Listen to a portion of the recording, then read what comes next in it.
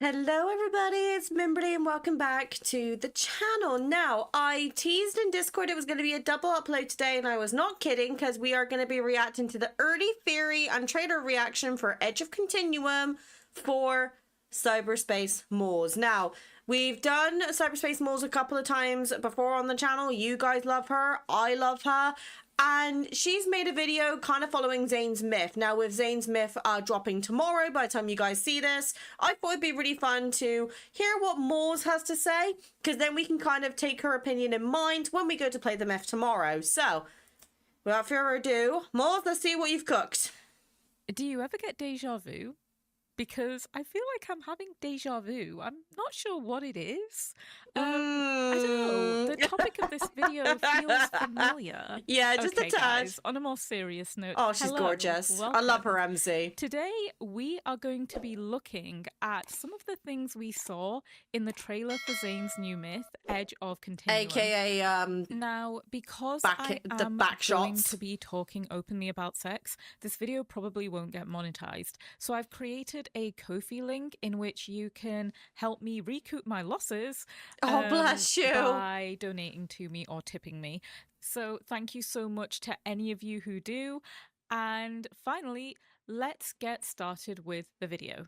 Also, Moles, just saying, if you are watching this, I highly recommend putting these videos on Patreon because that can also help with regards to censorship. So first of all, I want to show you guys these messages. Okay. I sent these messages to my friends on Discord and I was the most annoying person in the world, but I was convinced we were going to see that sacrificial ceremony that was talked about in Master of Fate. So I actually was in the process of doing a Zayne myth video. Okay, before I do that, Loki is cooing and he's brought his llama in, which means he wants to play. So I'm going to quickly go sort Loki out and I'll be right back. Bear with me. Okay, people, I am back. Loki has been sorted. He is now sleeping, or at least he was last I checked. Let's carry on with this. And I actually started that weeks ago. Oh, really? I ended up not finishing it, but I did finish the voiceover. So what I'm going to do is I'm going to screen record that within my projects folder. Okay. And I'm going to go through and I'm going to let you listen to how I came to the theory that for the third myth, we might be seeing the sacrificial ceremony playing out between Zayne and MC properly. Okay, right. First off, before we do that, I want to quickly just highlight what's being said here because I know my face cam's going to be covering some of this. So she goes, okay, hear me out. Zayne next myth will be the perfect child story from the Factual Library Q&A because I found something super interesting. Let me know if you want me to react to the Q&A because I actually haven't had a chance to watch that yet. Galen, the real Galen historical figure, was a pioneer of medicine. His dad was super rich and wealthy and has a connection to the god of medicine. In Moonlit Dream, Zayne is called God of Medicine by the villagers. There is also a Chinese god of medicine called Sheng Nong with amazing similarities to Galen. In the perfect child story, a wealthy man created the perfected child. So is Zayne. The world they're in is Astra's heavenly realm, and Zayne's about to get seduced by MC on Earth and cause a calamity with all their... yeah.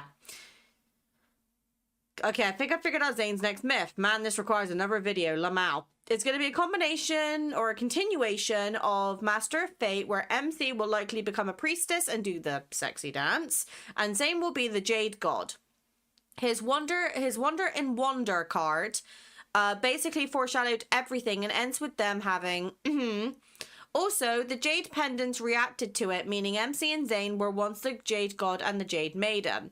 There's a whole mythology about this I'll need to go into in my script, but basically there's lots of evidence to back this up.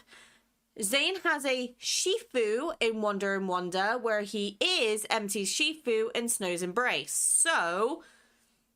no, but seriously, their high sex drive origin story will be in the next myth or a future myth, mark my words. Oh, another interesting moon thing. Raphael and Xavier's third myth showed, drum roll, and obviously it's the gif with Guru with the moon. I think that's his name. I actually haven't watched Despicable Me, so I could be wrong. So Zayne's will won a 10,000% show the moon, even if I'm wrong. So you know how I said I hope Zayne's next myth has X in it? I actually think it will Lamau. So, okay, so hear me out. Oh my god, it's bow and arrow. My theory is based on MC becoming the moon, based on Zane's myth, and she has a celestial bow as a weapon. So Maude first went of all, crazy I on want to show this. you when I actually recorded these voiceovers, so you've got a little bit of proof that I'm not making this up. I believe you, my love. So this oh my god is my voiceover, and this was created on the 28th of August. So that is when I did the voiceover. And then my additional little voiceover I did as a supplement was on the 29th, the next day. I love how she actually has her files named. I was thinking about this a couple of weeks ago, and this is when I theorized this. So I'm going to go through now and play the video at certain points and show you how my mind was working and where I was going. So, of course, please ignore how messy this looks. This is what the behind the scenes of Cyberspace's Maz workspace looks like. And yeah, you can see that. My love. I've got the Jade Emperor in there because my theory initially started off with the Chinese myth of the Jade Emperor, and it just exploded from there. It did. So I can tell. I'm going to play this video now for you, and you guys can listen to it and listen to where my thought process was going. And then after we look at this, we will look at the trailer, and I will start to do a little bit of theorizing, and we'll have a look at what we're seeing in the trailer and what possibly could be going on. So, without further ado, past Maz, take it away. This time, they'll be able to complete the full ritual. She will dance for him, lure him from the heavens, sing her song about how much she loves him, and they will consummate their relationship and she will become immortal. Because MC is still untainted and untouched. A pure mortal. And here's something interesting about that untainted and untouched description. It could have a double meaning. First, literally untouched in the physically intimate sense, which many divine transformation rituals require. But second, and perhaps more importantly, spiritually untainted by Astra's influence or corruption. She has been hidden from divine sight, protected by Master of Fate Snow, making her a blank slate for the ritual. Both meanings explain why the ritual would fully succeed this time when it failed before. Now, do you guys remember my very first video? Remember this? You know, it wasn't very popular, so you may not recognize it, but I basically talk about how Zayne and MC have an unusually high drive. So, I think this I remember that video. Might be the reason for that, if I'm somewhat correct here. In the main story, they are completing this ritual over and over again. There are so many memories in which we see them dance and, you know, have a lot of fun intimately. So I feel like that's what's going on there. Now, I also think the song MC sings about how much she loves Zayne was foreshadowed in Forcia's myth when she sang for him there. As a reminder, in Forcia's myth, she danced with the demigod and sang him a song, once again showing us the same pattern.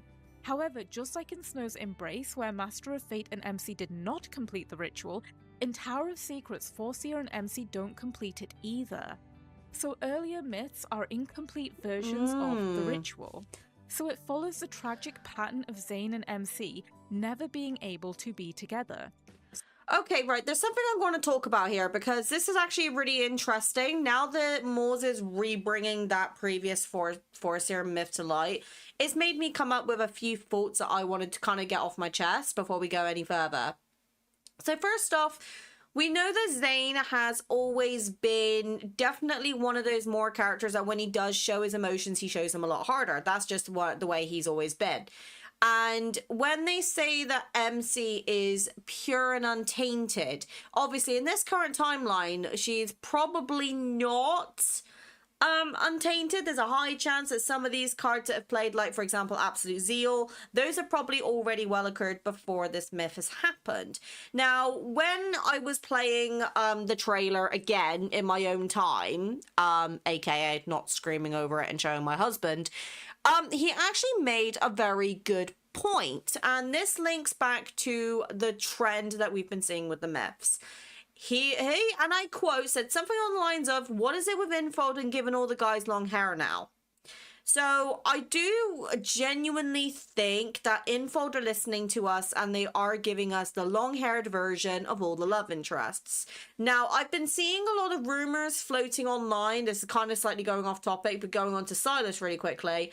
There's been a lot of rumors about Silas being a gladiator. Now, obviously, for those of you who don't know what I mean by that, it's essentially like an arena where he is forced to fight other gladiators to survive. So he's basically like a free entertainment. And he's basically he's a slave. He fights to survive. And I kind of hope they don't go down that route. And the only reason I say it is because as badass as I think those cutscenes could potentially be, the myths tend to focus more on the lore, and I think that Infold could take other directions with Silas, especially because we now know that he had a very, very important role in breaking MC out of the Gaia Research Center, and they were separated. So I don't think they would ever do a myth where like where the love interests were children, but it would be nice to have more of a dive into that lore. And I do think that's, out of all of the characters, Silas has always been the one who's taken my attention the most. And because Silas is just such an interesting character, and I think he just brings a lot to the table in regards to the relationship, I am genuinely very curious on how their relationship is going to continue to develop. But Zayne's one of those people where I've kind of always had my eye on him because I liked the way he looked. But now he is very quickly solidifying himself there. And I'm finding myself knowing that Zayne's probably going to be more on the trauma side. I am actually really looking forward to this myth, especially the reaction to the back shots. And you guys know what I mean when I say that. But when it comes to the trailer, I don't know if I'm going to get away, or like the actual myth playthrough. I'm not 100% convinced that I'm going to get away with getting that video on YouTube. And the reason being is because if we remember the Nightly Rendezvous Xavier incident, essentially for those of you who weren't here at that time, I posted my reaction to the Xavier's Nightly Rendezvous card. And because I had breached community guidelines according to YouTube, they essentially gave me a warning saying that if you breach it again in the next X amount of time, your channel's going to get deleted and disabled.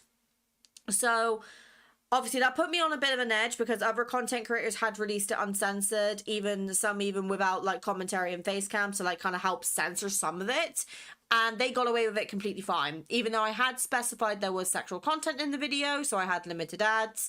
YouTube just weren't having any of it, so I had to submit an appeal, and eventually about 4 days later, I had a human review it, and they were like, oh, yeah, that's fine, sorry, here's your video back. But by then, the hype for that video had died down, which means that essentially I'd lost a lot of revenue that I could have made from that video.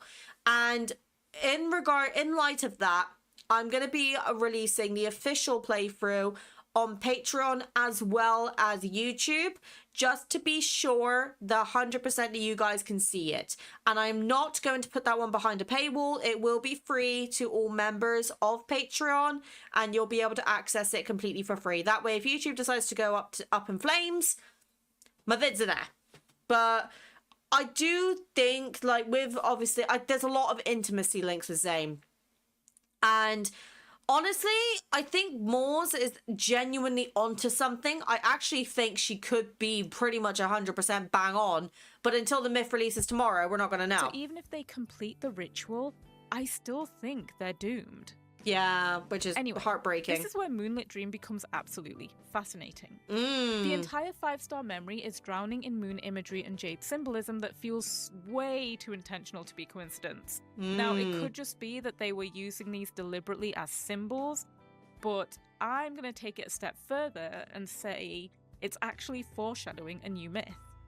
So, Moonlit Dream starts with MC and Zayne being separated and transported into a different world. Yeah. They learn how to live there whilst always searching for each other. Zayne is actively seeing patients as a doctor, having gained a reputation as a god of medicine while they were separated.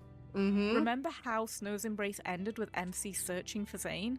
Well, there's our first parallel. So I think the new myth will begin with MC searching for Zayne in some way, or she will be settled and living in a village somewhere whilst trying to search for him, either as a priestess or an ordinary person. And then she'll remember the ritual, a dance to lure Zayne from the heavens, as she deduces that must be where he is.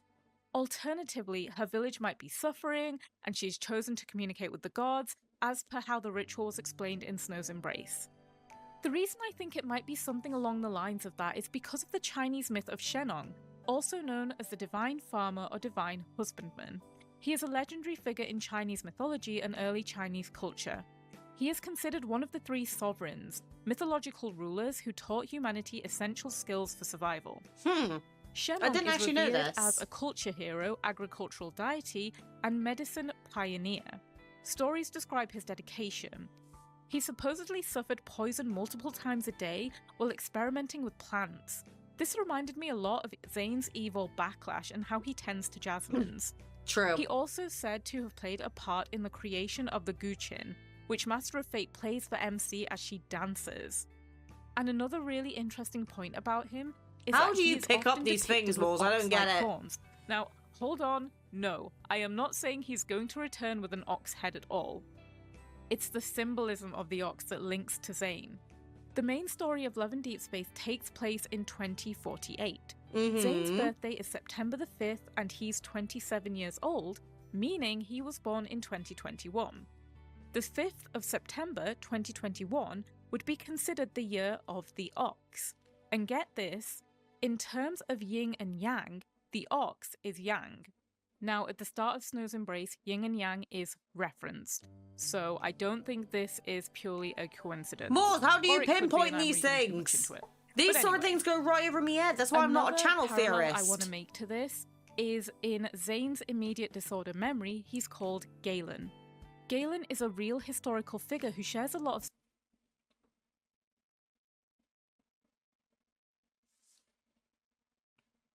He is actually called Galen.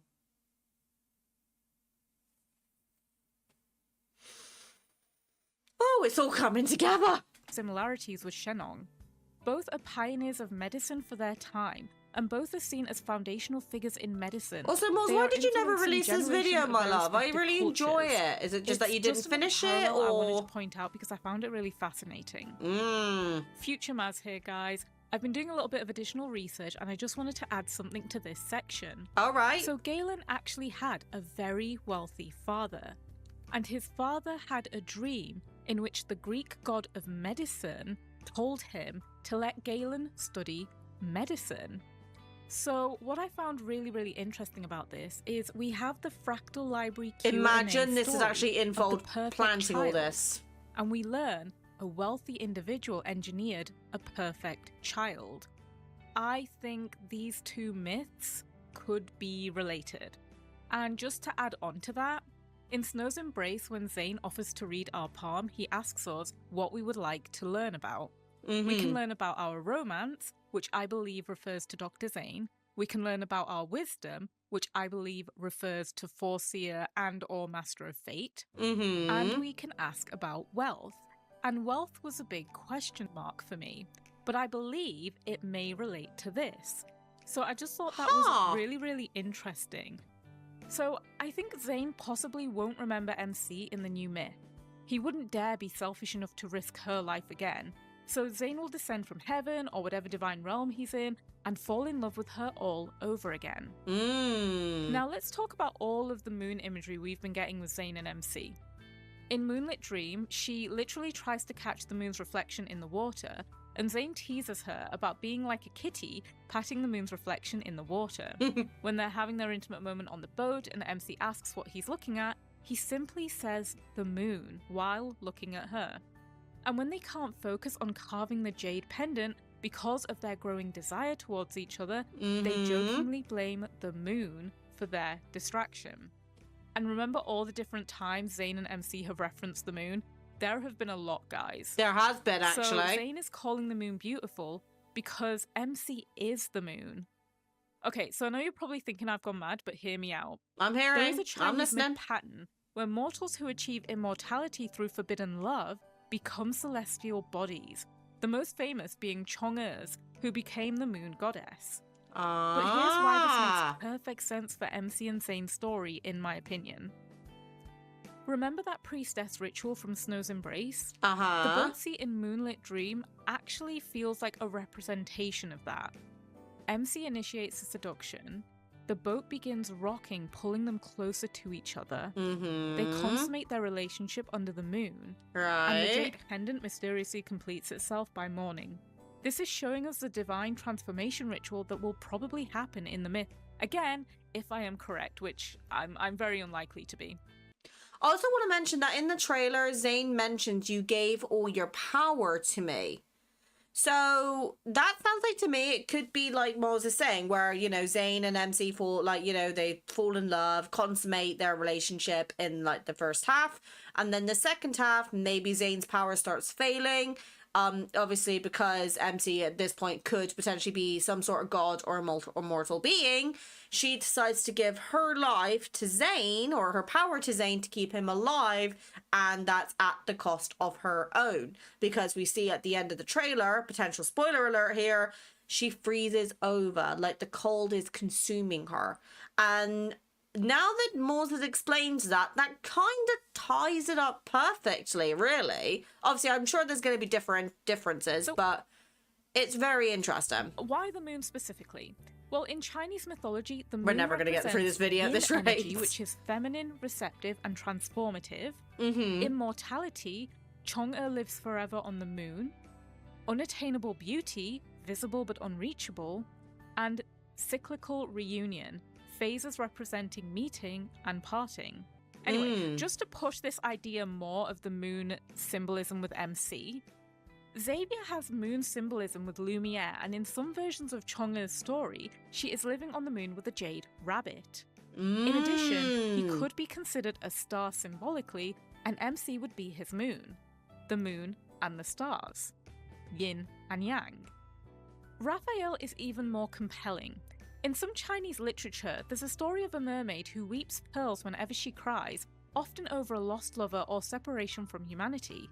Some versions tie the mermaid's tears to the moon goddess, implying that mermaids mourn under the full moon, creating this kind of poetic connection between the sea and the heavens.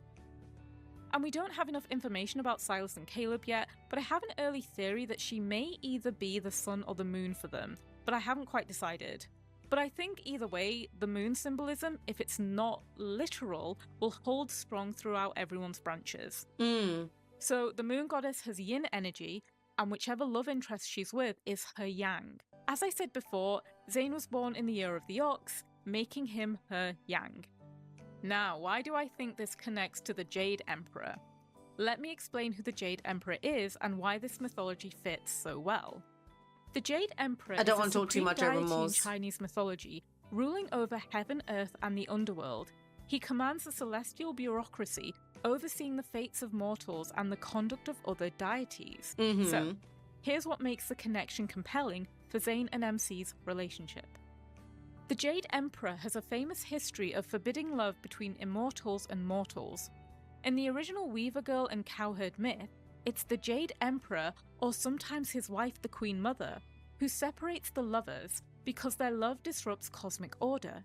They literally create the Milky Way to keep them apart, allowing them to meet only once a year, where they create a bridge for them to cross. Sometimes the Milky Way is referred to as the Heavenly River. Another parallel with Moonlit Dream and the Dan River in Snow's Embrace. So, what's even more interesting is that the Weaver Girl is a celestial fairy. There is an ox portrayed in the myth who helps the cowherd to meet the Weaver Girl. The ox is actually a fallen star deity or a celestial being who has been banished to Earth. A lot of this myth mirrors Iceborne Warmth. In Iceborne Warmth, Zayne creates a bridge for MC and calls her a fairy. They meet in a spatial anomaly, a place that does not and should not exist and will disappear forever. Guys, my head is spinning! It's an empty version of Forcia's tower that they get to turn into a home for one night. And they share a single night of passion. When I think about the cowherd and Weaver Girl myth, I now think of Iceborne Warmth because of those similarities. And to be honest, MC might be portrayed as both a celestial fairy and a moon goddess in two separate myths, so I'm not ruling that out either. She may be either of them, she may be none of them, but either way, I think this is so compelling and interesting if the story is going to take us down that route. Honestly, I'm really looking forward to the myth. The moon goddess, Hou-Yi is often cited as her husband, a great archer with a celestial bow and arrow. If that sounds familiar, Zayne and MC's special attacks for the Lincoln Doctor, Medic of the Arctic, and Dawnbreaker is MC using a bow and arrow. So we might be using a divine bow and arrow weapon in the future for our battles.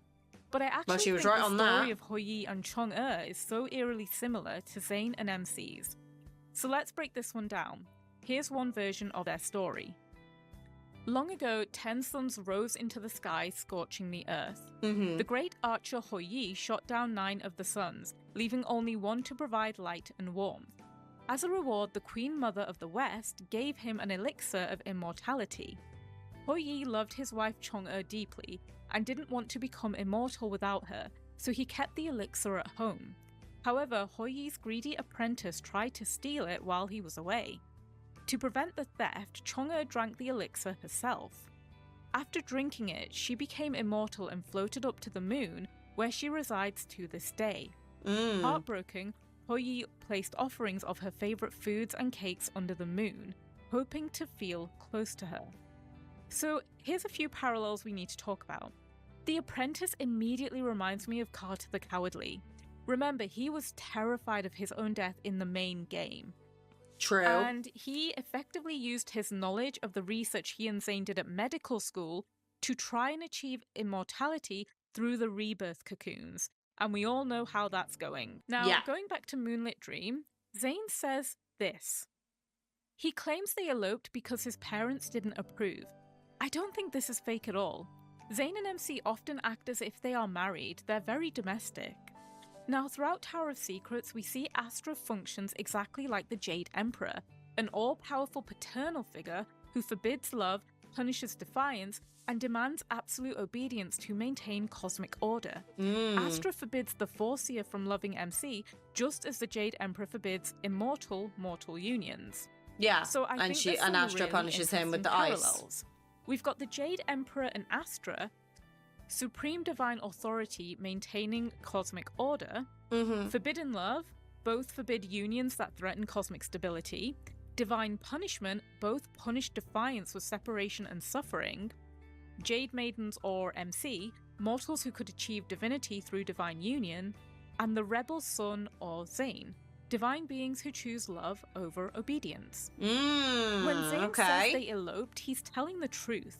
In every timeline, he's the divine son, rebelling against a father god who forbids his love for a mortal woman who threatens cosmic order. Okay, right, this is where my head is going, right? First off, Moz has gone very, very deep into explanation here, so please go check out her videos, so I'm not constantly pausing and talking over it. But I just want to take a moment to appreciate, like, the fact that she's gone into this much detail, she's done this much research, and a lot of what she is saying is tying together, potentially. It's only making me more anticipated for the myth tomorrow. I'm genuinely really excited for it. In the main story, when we meet the little boy, MC said he looked like Zayne, and we all know the boy is a divine being. It stands to reason that there may actually be a divine family connection there if Astra is indeed some kind of divine father to Zayne. The little boy really reminded me of a little brother telling his older brother Dad would be mad if he didn't return home. Even Bai seems to be some kind of pet to them.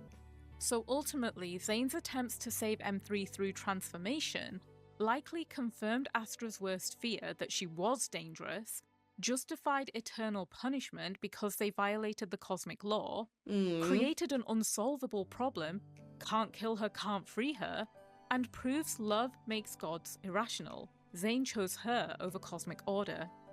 This is like the ultimate tragic irony. Every attempt to save MC makes her more of what Astra feared she was. So in a way, Zayne's love doesn't save her, it transforms her into the very anomaly that justifies their eternal separation. Okay, guys, President Maz back in the building. Hello. So as you can see, I was convinced that we were going to get a complete version of the sacrificial ceremony. And I noted that in Tower of Secrets and Snow's Embrace, we got versions of that ceremony, but they were incomplete because neither of them consummated their relationship. So I do know that some people theorize in Snow's Embrace the consummation happened after the dance, but personally, I don't think it did. I don't think we saw enough evidence that it did. So for me, the two myths we currently had, they were incomplete versions of that sacrificial ceremony. Okay. So I was convinced in the third myth we would get the complete version. And it looks like we are. Yeah. And as I did suspect, it would end in disaster anyway. Zayne and MC are doomed. So and it's really the back exciting shots to see and the that bow and happening arrow in the trailer preview. And yeah, without further ado, let's actually watch the trailer together. So this is going to follow my usual reaction style video in which I'm going to watch the trailer with you guys and then we're going to pause at certain positions. Let's do it. Kind of talk about Let's what we're remind seeing. myself of the trauma I'm setting myself in for tomorrow. Okay, guys, so very quickly, I was going to play the trailer and then talk through it, but we'll be here forever and this video is pretty long already. So what I'm going to do is I'm just going to talk through some of the things I found really interesting about the trailer. First of all, I fell in love with Zayne all over again. He looks beautiful. He does. He looks majestic. Exceeded all of my expectations. And yeah, long-haired men do not disappoint. So, good job. Infold, good job. Good for you. One of the things I want to talk about is the fact that deity is kind of almost said mockingly here. Now, this to me is MC. So hear my supplication, heal my wounds, and bestow upon me. I did not even power. pay attention to This the words. I'm not even going to lie. I was too busy distracted with what was going on. Comes in. She's, doing. Let me know if you guys want me to do like more trailer breakdowns in the future for like future myths and stuff, because I am down. So it's the start of that, and I don't know. There's something quite mocking about that. Another deity of Nyava, like there's something fake about it as well, like, not a real deity. I don't know. I'm really curious about that, though. Yeah, because like the way the deity has been put in speech marks. So that was the first interesting thing that stood out to me. No, we're skipping the good bit. The next thing that really stood out to me was this. Will you swear in Nyava's name to exchange with me even though we stand on opposing sides? So immediately I was like, okay, so perhaps MC is asking for something that the god of annihilation cannot give her, or it would go against his nature as the god of annihilation. And that sort of fits in with the theme of Zayne going against his actual nature for MC. So I think that's really interesting. And even if they were on opposing sides, they're always going to fall in love with each other. There's always going to be that attraction. It doesn't matter who they are, where they are, or, if they're the deepest enemies, they are going to have that attraction. And obviously by exchange, I think they mean sexy fun time. I think that's really interesting. Now, I'm a sucker for enemies to lovers stories. Yeah. So part of me kind of hopes it's something like that, but yeah, I think it's more based. The fact I do like an enemies to lovers she too. Needs him as a healer, as long as the reason for them being enemies is legit. You know what I mean? I love that. I love seeing Zayne as an annihilator rather than a healer. So annihilate I me. Can't wait to see him take on that role. So another thing, we have a new item in the Love and Deepspace universe, the Destiny Stone. So when I was writing my theory for what I thought the third myth could be, one of the things I couldn't answer was, how did MC and Zayne become so intrinsically tied together? What could be this effectively the starting point of that? How did that happen? Now, I theorized very early on that it could have been Master of Fate who tied their fates together, but I ended up leaving that out of the video, as you saw, because I couldn't figure out a way to make that work beyond the snow that won't melt and, the protective seal and everything. I just couldn't figure it out, and it didn't seem strong enough. So with this Destiny Stone and with them saying, from this moment forth, our fate shall never part, this is them effectively marrying each other for all of eternity. This, guys, is a I wedding. mean, we also married him physically too. So just think about that for a second. I'm They thinking. meet, fall in love, consummate their relationship, get married. Oh, I've done that the wrong way around, but meet, fall in love, get married, consummate their relationship. So I feel like that's kind of like speed running a relationship, but Yeah, just a it tad. explains a lot about why Zayne and MC feel like husband and wife a lot of the time. They really feel very domestic and I miss my like, husband. you know, they are a married couple. So it's interesting we've got, you know, this destiny stone coming in, and effectively it's almost like writing their name in a wedding register, you know? So yeah, that's the kind of the way I saw it. One of the other things I really love about this is they're choosing this. They're choosing to be together. Yeah, they're like, And it's not forced. I think that's incredibly powerful when they're on two opposing sides and they're choosing, you know, to spend all of eternity together in any form. It kind of in reminds any me of universe, they're doing that. Shakespeare's Romeo and Juliet, because like I Romeo and think Juliet were that's on opposing really families, but they still beautiful, and I think chose to that's be the most together. powerful way for them to intertwine their fates together. So I really loved that. Now, I know you guys are all going to be wondering about the sex. Yes. So, in terms of the sex side of things, I wasn't really that surprised. I mean, I was surprised that that is the way that the sacrificial ceremony ritual was going to go. I was like, oh, okay, really going for it. But in Tell me terms more. of how Zayne was acting, this is how we have actually seen him, you know, that loss of control. Yeah, he but snapped. Not in a way that harms MC. It's that taking what he wants and knowing MC wants it too. So he will take charge, he will take control, she can follow his lead. Yes. So yeah, that was great to see. And yes. Hi guys, Future Maz here. Sorry, I'm editing the video right now and I forgot to point something out. From now on, I shall ensure your every wish comes true. Again, we've got that theme of wishes. Yeah. And I talk about this in my Iceborne Warmth video. So again, have I watched that one? Zayne I think I might need to watch that one. Everything she needs. And yeah, it's just going all the way back to that. And I just I'm not bored from the video, I'm just tired. It's been a long day. Connection to make as well. So sorry about that. I just wanted to point that out. No, it's a anyway, good point. Good point. Original voiceover. You know, surprisingly enough, the more I was thinking about this, the more that the sex wasn't the most interesting thing to me, because I was like, yeah, that's Zayne and MC through and through. This is just part of that ceremony that needs to happen.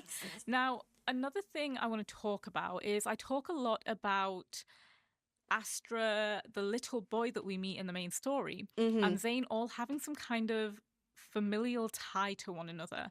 And at one point, I did think, are they consummating their relationship so that MC can bear a child? And then I realized she dies at the end of this.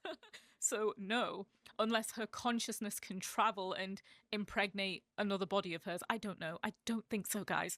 But yeah, I kind of yeeted that out of my head quite quickly. But yeah, I don't think there needs to be any reason other than it is part of this ceremony, essentially. It is part of creating that bond with each other.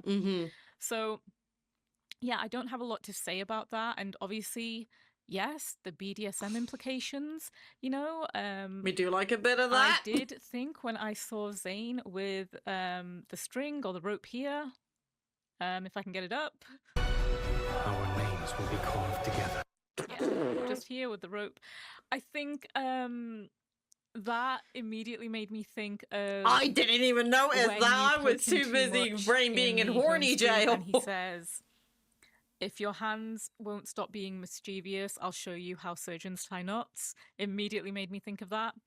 And yeah, I'm not surprised that we've got Zayne with a rope here and a string. But more to the point, I also had another thought. Like, this looks like the string of fate or something. Like, he is tying them together through this I thought there was like a red string of fate, though. So like, if it was like tied to your ring finger and then just tied to one person. BDSM element. And then obviously you've got the preview. Another thing I want to talk about is this. Oh. Beautiful visual. Got the moon and I think the sun, so that ties back to what I theorized about seeing the sun and the moon, yin and yang. And again, we've got yin and yang because Zayne is in white and MC is in black. So again, we've got that yin and yang. They are perfectly suited and I will aligned say, and I know people are getting together. a bit... I'm going to say this now, though. I have seen some people online complaining about the Myth outfits because it's kind of similar to the one from Xavier's King Myth. But honestly, if this theory and this like visualization is correct, I actually genuinely do really enjoy the outfits. I do think that Info definitely take the time to design these outfits carefully. And I think, like, we've been asking for long hair Zayne and all the other love interests for God knows how long. So I think if they're going to change that, I think that'll be on Silas's Myth, which will hopefully be dropping before the end of the year. But I don't know. I really like the vibes. I like the outfits. I like the black and white. Plus the fact it makes for some beautiful photos in the photo booth in the Love and Deepspace game. And that's another thing. I actually have a Discord channel in my server, which is dedicated to what we call the lads media. So if you guys want to show me your photos, please do, because I love seeing your MCs with your favorite love interests, and you know, I love seeing that sort of stuff because you guys are really talented in it and I'm really rubbish. Yeah, so yin and yang. So I thought that was really cool and I was really like excited to see this. Even though, why did it have to be a long sword? And I remember there were Or a birds great sword, in whatever you Iceborne call Lawn it. when we were dancing with Zayne. And that was a callback to Forcia's Myth, where when they were dancing, there were birds, I think. Oh, flying yeah. around as well. So I think that's what the bird imagery is. I There could be is wrong, so many but potential it references immediately made me here. think of that. So yeah, there's a lot of details and a lot going on. So I thought that was super interesting. And obviously, the celestial bow and arrow, I'm really happy we saw that. Now, another thing I want to quickly talk about is... Let me see if I can find it. What shouldn't exist? Obliteration ordained by fate. There you go. Heed the decree of two gods. What shouldn't exist? What to crumble in Oblivion's hands. Beautiful. There we go. So, I'm just going to mute that. Sorry, guys. So, You're good, love. let's try and get a better screenshot of that. Here we go. There you So, go. Perfect. This reminded me of the main story where Zayne hurts MC, and MC has that vision where she sees Zayne walking towards her and he has black evil on his eyes. And that immediately reminded me of it. Also, the fact that he's covering MC's eyes as well. And one of the other things I love is it's MC who takes the blindfold off. Yeah. Look at that. It's MC who does it. It's not Zayne. This is MC. So Those I was eyelashes like, be better "That's than mine." So perfect, and like it goes back to that perfect alignment with each other. They are perfect partners here, and you know, I'll think of something more deeper when my brain can think about it. But I did notice that, and I was like, yes, 100%. Yes. Also, Brawl. obviously, guys, I'm not gonna lie, I did see the BDSM imagery as well, and I thought, you know, maybe this is alluding to Zayne's kinks and, you know, his preferences in bed. I think that's quite interesting. Yes, but please. Beyond that, we're definitely I do looking like at that a Black bit of Ice that. Evil situation, and I actually you know, have a seeing the game truth of on my things. Steam which is like So, going into I kinks thought and that was stuff, really and I've been interesting. tempted to do Another one for thing Patreon. that I noticed, this badge here, these Oh. look like lightning strikes, and the reason that stood out to me is because Maybe we a learned father that figure? MC has astrophobia. So for those of you that don't know, astrophobia is the fear of lightning, I believe, thunder and lightning or lightning. It's one of those. And MC has that. And of course, people have made the connection. Astrophobia is what it's called. And Astra is a god in the game. And we find this out in Caleb's Bond story. And we also see Astra on a toaster in one of Caleb's memories. Yep. So, Fuck Astra. yeah, there's a lot going on there. I just thought that was really interesting. I know it is more than likely the sun, but I just thought for It Zayne's does myth, look it's like it, interesting. though. We've kind of got that lightning they've just put so much detail into it. Like, would they have put that in if it didn't mean something? So interesting. I cannot wait to dive into this, guys. I'm Neither so can excited. I. Oh, you cutie. Let's move on into the next part of the story, and I do have a little bit to say about this next part here.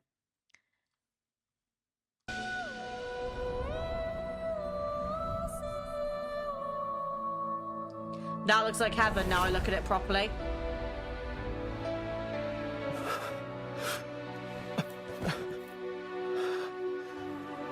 Not prepared for the trauma. My power has been nearly depleted.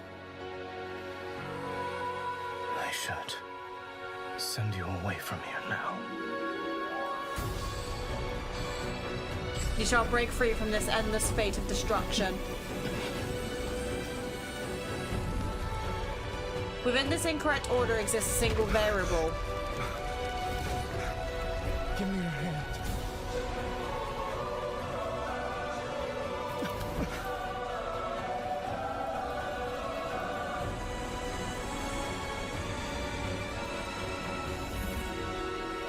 You actually gave all your power to me. That globe again.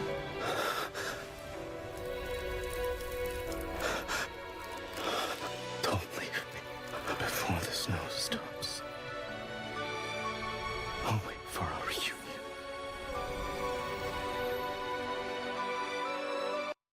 Okay, guys, give me a second to pick myself back up because that was so sad. I know. Anyway, there's a lot to talk about with this section as well. Oh, yeah. So, one of the first things I want to point out is, once again, we have the moon.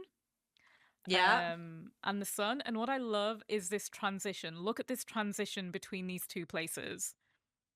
Lets you go upside down and Look then at that. yeah. I love that. And what I love about that is we go from what seems like, you know, a very ordinary city Yeah. into What something that what is looks like the heavens. destroyed under snow. And then there's like a winter sun almost. See, I looked So at that and this is thought very, those were you know, clouds. typical imagery we would see with Zayne's stories. See, Moses We've better always got breaking that this all last down than me, sunset. We've peeps. always got that never-ending winter. Always reminds me of Dawnbreaker, and I get very sad about it. But yeah, I really love that we've got that in Dawnbreaker's here. a bit of a So 50-50. it's almost like everything is being destroyed. And with Zayne being the god of annihilation, I know it's got something to do with that. And another thing is, I'm really surprised we got... Hey, buddy. Where is it? I'm really surprised we got this scene here. So immediately, first of all, I thought we would get this with Silas's myth. I didn't think we'd get it with Zayne. Yeah. Both of them are falling literally from like godhood. This is Zayne leaving his role as a deity and choosing MC and choosing MC's life. Definitely. I mean, that's the thing. Like, Zayne and MC have definitely had one of the more traumatic stories in the game, in my personal opinion, because, like, you know, in all of the myths, there's been, like, you know, for Raphael and Xavier, there is, in one of the myths, in both cases, the MC does not die, being Abyss Walker for Raphael, and then the Light Seeker myth for Xavier. In both of those cases, the MC does not die. Meanwhile, Zayne is very obviously shown here that MC has either A, died, or B, she's lost ability to basically function. Like, for all we know, that little clip at the end where we see ourselves in, like, you know, covered in ice and frozen, that could be like some sort of preservation, maybe. Like, maybe Zayne realizes that we've passed away and he preserves us by encasing us in ice to try and find a way to bring us back, or so he doesn't lose us forever, because you notice he'll say, "Don't leave me." Was him encasing us in ice maybe a way of preserving us? We don't know. But, obviously, again, tomorrow will give us a lot of information.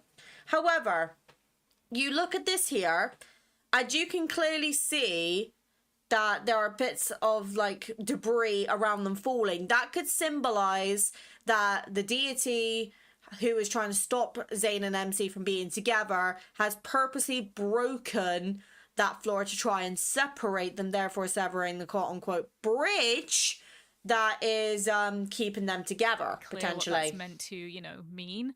So yeah, I really loved this, and I was surprised we saw it in Zayne's myth, but I adore it, and everything is It's just making me crumbling so much around more them. excited for the myths, though, going So, forward. Like, yeah, the one of the other quality has things I wanna really point stepped up out here. is I did notice where Zayne was placing this. The sun is in the center. The sun is in the center, so he's trying to send her to a better place, And like, quite you should, literally. with Nevada by So your side, you it's shall so, break so free from this interesting. endless fate of And, destruction. you know, the fact that everything is falling apart around them, we're not surprised about that, because with Zayne and MC, they are doomed. So, like I said in my theory video, I think even though they completed the ritual this time, they're still doomed. They can't be together. And as the god of annihilation, everything around him is being destroyed. And even if Zayne wanted to go against his own power and everything like that, I don't think he can. And yeah, I just can't wait to find out how this is all going to go down. And I really do hope as well that Moz does make a video on this after, because I'll be so interested to find out where, like, what her thoughts are on the myth once we've done it. Also, it's getting very, surprisingly, it's actually cold in my office. Winter is coming. I'm gonna go get my jumper. Bear with me. Oh, I'm in a turtleneck. It's warm. It's comfortable. I love winter. This is when winter is coming. And I'm not talking about Mariah Carey defawing and going, because like I've been hearing on my TikTok. But, oh my God, I'm wearing a turtleneck again. So happy. Right, let's get this video finished. We actually haven't got long left of Zayne this. saying he doesn't have much power left within him, and MC deciding to give him that Yeah. was really interesting. And it sort of reminded me of Hui and Chonga's myth. So, if you think about it, we have the ritual, and I thought it would be MC asking for immortality. And even if she did ask for that, in the end, she gave it back to Zayne. Yeah. So I don't think that's what happened here. I don't know why she needed Low-key. Zayne's help, but I think the fact that she gave her his power at the end to save him is really interesting, because it did remind me of the elixir myth. So I'm going to give you my immortality. I'm going to give you my life and have you live. It's the ultimate act of love. It's once again the most selfless thing MC could do, and MC and Zayne are very selfless. Yeah. And of course they would do it. But yeah, I thought that was There's really interesting. 'Cause trauma. it's almost like a retelling of that Chinese myth. So yeah, I don't know. For me, it was that, but it was so interesting. I'm just so We love the curious to trauma. know why everything Loki, around them is being please. destroyed. What Dad's on his way happened, home. you know, and all of this imagery and iconography. Look at this. Like, this is phenomenal. This is beautiful. But yeah, one of the other things about this that I noticed is it looks like an eye. So we've literally got the eye in the center, and it immediately reminded me of Astra. Yeah, and Astra's definitely. eye. So it's Now interesting. I'm because the sun is looking in the at it middle of slowed down. But, It does it's the actually look a sun lot with, like an eye. You And know, the lightning rod style marks. So I was like, interesting. this is not the first But time we've yeah, seen this imagery in either. fact, if I just want to do a little mini analysis, it's almost like the center is like destroyed, but everything around it is perfectly stable. But then we've got that half cut there. So it means there's a half of it missing. Which Something could is be incomplete here. MC. So yeah, it's just super interesting. But yeah, I immediately saw the eye. One final thing to make you all sad. I'm not sure if any of you noticed, but does this dome look familiar? Does it look familiar, guys? Because it looked familiar to me. It immediately reminded me of Zayne's last birthday and of Zayne and MC playing in the snow globe and being all lovey-dovey in the snow globe. And what now do we she's have dying here? in the A very snow similar globe. dome, and MC is dying. So Infold writers did it again. So thank you for that, Infold. Thank you for the phenomenal trauma. job. They're paying for our Great job at therapy. the angst, by the way. I love it. But yeah, I just wanted to leave Can we you have with a that Zayne myth one without final angst, thing please? and say, have a good one, guys. No, but seriously, yeah. Guys, I cannot I'll be wait. there There in is a so minute. much about this that Oh. I want to know. And also, sorry, I keep saying this, but one final thing is This is the The last fact divine that prophecy. MC turns into ice, essentially, reminded me of the ice jasmines. It reminded me of the jasmine that Forcia encased in ice. It reminded me of all of that. So MC is the jasmine encased in ice, essentially. So yeah, I think Why would you symbolically, remind that's another way of me? looking at the God jasmines damn and ice it. and everything like that. And yeah, guys, there's just so much going on. So I'm gonna leave it there because I could go on, and I want to wait to actually play the myth and then see how I feel about it and Yeah. see how I interpret and analyze the events of it. Of course, you might have different interpretations and analyses of the trailer. I want to hear them all. I want to know what you guys think. Now, obviously, I haven't done a lot of research, so this You is could all afford off the me, top of my Moss. head and what I can remember about the game and everything. But I'll be there in a minute. yeah, anyway, I'm super I excited. don't know if he's coming If from you the guys might are be. pulling He for was this, meowing I because he hope wants you get him attention. within the first 10 pulls. Yes, please. And I hope you have I got a fantastic 42 in time a dream. crying at his myth. Yeah. I know I am. So yeah. Oh yeah, thank there's you tears that guys are going to so be much shed for tomorrow. I'm going to need watching. waterproof mascara. And yeah, as always, have a beautiful time zone, and as always, stay frosty. Love you, Moors. Okay, right. Let's talk really quickly before I end this one off because this video is already quite long and I want to get it out before the Zayne myth drops. Okay, so the first thing I want to say is yet again a very, very big well done to Moors and congratulations for 20,000 subs. That's amazing and honestly, well deserved, my love. Very well deserved. But let's talk really quickly about my thoughts. So again, I'm going to save most of my thoughts for the myth tomorrow. But at the moment, I do think that this is definitely going to make me break, probably the same as the last two Zayne myths did. We probably know that Mim's going to cry. In fact, I'm actually going to bet on it. And at this point, I feel like Zayne is definitely going to be very, very traumatic. But generally, I want to talk about Silas. Now, you're like, Mim, this is a Zayne video. Why are you talking about Silas? Let me explain. The quality of the last 3 myths has been like up here, which is making me very scared because Silas's dragon myth destroyed me. Like Frida, one of the Council of Idiot members and also a channel member, she found me from that video and we've been like basically next to best friends ever since, at least on Discord side. And I was really, really emotional with that.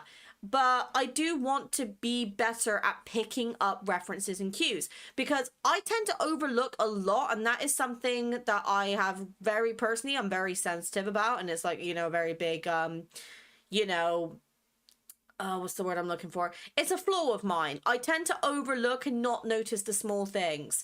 So when I first started reacting to Love and Deepspace trailers back like nearly a year ago now, I was kind of making comments on how I thought every character was going to be, being like, you know, Zayne being kind of like the cold, doesn't show his emotions very much, Raphael being the playful and flirty type, that sort of thing. And a lot of you guys at the time were actually saying that they liked how accurate that I was with that description. I was just saying what was in my gut. And as the lore deepens, I will admit I do struggle to sometimes keep up with all the amounts of lore, and I do feel like that can sometimes ruin the experience for me, which is one of the reasons I've decided to start reading the World Underneath reactions. And obviously doing the read through so you guys can join me. And it is I'm gonna be honest, it is something I've been thinking about a lot, because I've had a lot of people asking me for theory videos before, and I just don't have the confidence to do it because I feel like if I state an opinion in this community, I'm gonna get shot down, hated, and I'm gonna get a lot of negative attention on me, and that's not what I want to do. That's why I prefer reacting to somebody else's theory, because they can explain the reasoning behind that more than I can. Because for me, it's just gut feeling. I just go off my gut feeling. That's all I do. And I want to get better. So if you guys have like any ideas for videos like that, please let me know or fill out a request form, because I'd be really interested to see what you guys think, because I think you guys have been very good at picking little bits, and I think that if we come together, we could come up with something here. But yeah, let me know what you thought of Moore's theory. Are you looking forward to the myth tomorrow, and are you pulling? And yeah, see you tomorrow for the myth. I will be getting up early to record the polls, and then we'll be on later on with the myth playthrough, because unfortunately Mimby does have to work. But yeah, see you guys soon.